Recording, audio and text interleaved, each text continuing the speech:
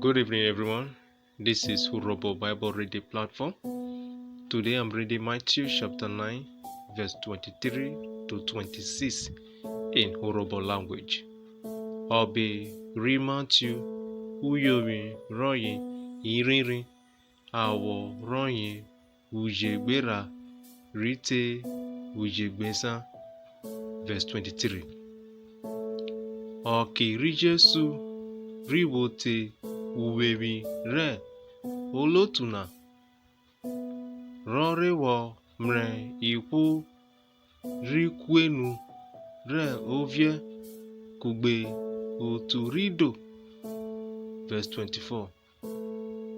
Ọdatane wee bioma ọmọtena wuru eke vovu ọbịre anyị kewo jekwe.